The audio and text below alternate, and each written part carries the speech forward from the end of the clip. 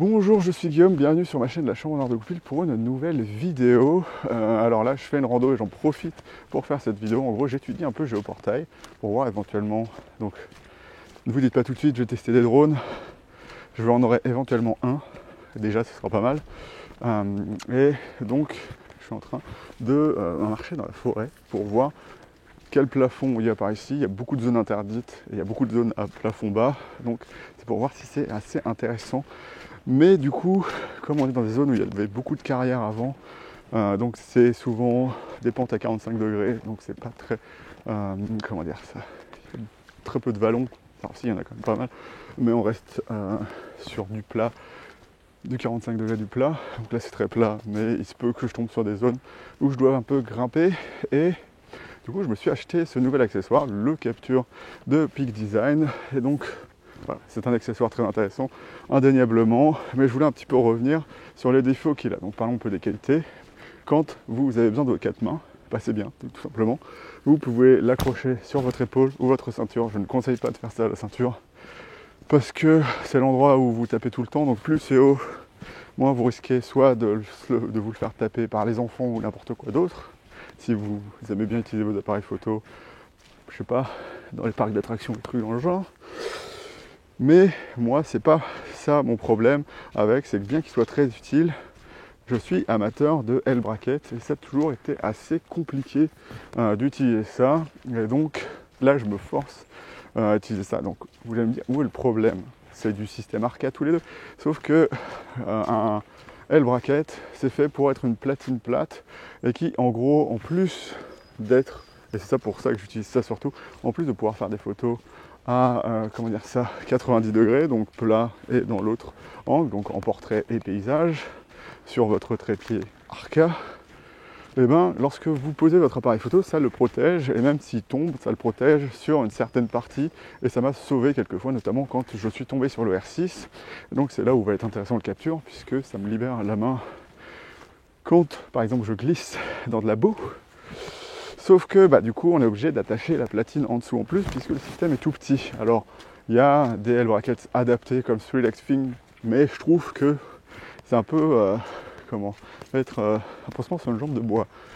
Ça n'enlève pas encore une fois l'utilité, mais c'est juste pour vous parler des désavantages qu'il va y avoir. Donc là sur le R6, je suis obligé d'avoir la platine sous en gros mon L-bracket, et le problème que ça me pose, c'est que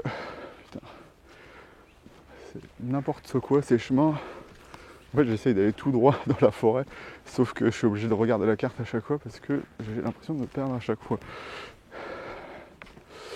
Oui, et donc ce problème, c'est que il est dans une position instable du coup, puisque en gros vous mettez votre appareil photo sur à peu près 4 cm. Et moi, ça m'a jamais plu, comment même si vous faites attention, il y a toujours un moment où on est fatigué et on se pose pas la question de se dire ça ira, et en fait ça va pas, et votre appareil photo tombe soit sur l'optique ou une chose dans le genre, et donc voilà, il faut être vraiment très précautionneux avec ça. Donc moi personnellement, comme avec le rideau de l'obturateur, la platine reste sur sa base capture tant que je peux, et il n'y a que par exemple sur mon 200-600 pour avoir une platine arcade dessus, puisque le pied de l'objectif n'en a pas à la base, ou j'utilise ce système là. Donc c'était un peu pour faire cette vidéo et comment vous prévenir de ça.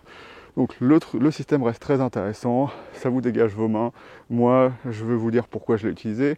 Avec le S7 IV, ça a changé beaucoup de choses, puisque maintenant je peux utiliser mes optiques Sony à la fois pour faire des photos et de la vidéo, ce qui n'était pas forcément le cas avant. J'étais obligé forcément de prendre le R6, et donc voilà, ça me posait un petit peu de problème de ce côté-là. Maintenant, je vais pouvoir profiter de tout mon système Sony sans problème, donc à savoir avoir les mêmes batteries et tout ça, et donc pouvoir avoir la 7S3 qui est tout le temps là pour me filmer, et éventuellement par exemple lorsque je veux changer d'accessoire, ce sera simple, je peux mettre même le 200-600 comme je vous l'ai dit, puisque j'ai une platine dessus. C'est pas pour marcher, hein, et pas pour me balader avec, puisque le jeu pourra faire, enfin, le poids pourra faire que ça se dévisse, donc j'ai pas vraiment envie que ça arrive, ça fera beaucoup de poids sur l'épaule. Puis l'objectif appréciera peut-être moyen, on n'en sait rien, mais du coup ça me permettra par exemple de mettre mes accessoires sur le A7S3 en l'ayant dans les mains sans avoir besoin de poser l'appareil photo par terre. Et par exemple dans ces situations où ici il fait encore très humide, donc ça s'est rafraîchi, donc ça sèche un peu, il y a du soleil, mais s'il y a de la boue par terre, vous ne pouvez pas poser vos objectifs et vous êtes obligé de les mettre dans le sac, pas avec le capture, donc c'est ça qui va être intéressant avec ce système. Donc après, si vous aimez vraiment tout faire bien, mais comment dire ça, poser votre sac et tout ça, mais même ça, vous n'aurez pas besoin de salir votre sac lorsque vous avez le système capture, et c'est ça qui est assez intéressant. Donc voilà, il y a des petits compromis, il faut faire vraiment attention avec la platine qui va en dessous, notamment parce que ça, comment dire ça, apparemment ça ne fonctionne pas avec les sécurités de certains pieds Arca. Moi j'en ai pas eu, enfin j'en ai pas sur les miens, donc ça me pose pas de problème. J'en ai peut-être une sur le circuit là, et voilà, faites bien attention à ça aussi. Et donc c'était une vidéo courte pour vous parler de ce système Peak Design Capture, un système intéressant, mais comment dire, vous pouvez être déçu. Donc faites comme moi, hein, comment dire ça. Restez toujours sceptique et posez-vous des questions à chaque fois sur ce que vous achetez ou ce que vous voulez acheter. Ça vous permettra à la fois de ne pas être déçu et d'utiliser ça de la manière la plus, comment dire ça, réfléchie possible et de ne pas vous retrouver avec un article qui ne vous convient pas à la fin. Donc moi je vais m'arrêter là. J'espère que cette vidéo vous a plu. N'hésitez pas à vous abonner. Je vous dis salut et à bientôt dans la chambre noire de Goupil, comme soit pour un vlog, soit bien évidemment pour un tuto de la 7.4. puisqu'il y en aura plein. Donc je vous dis salut et à bientôt dans la chambre noire de Goupil.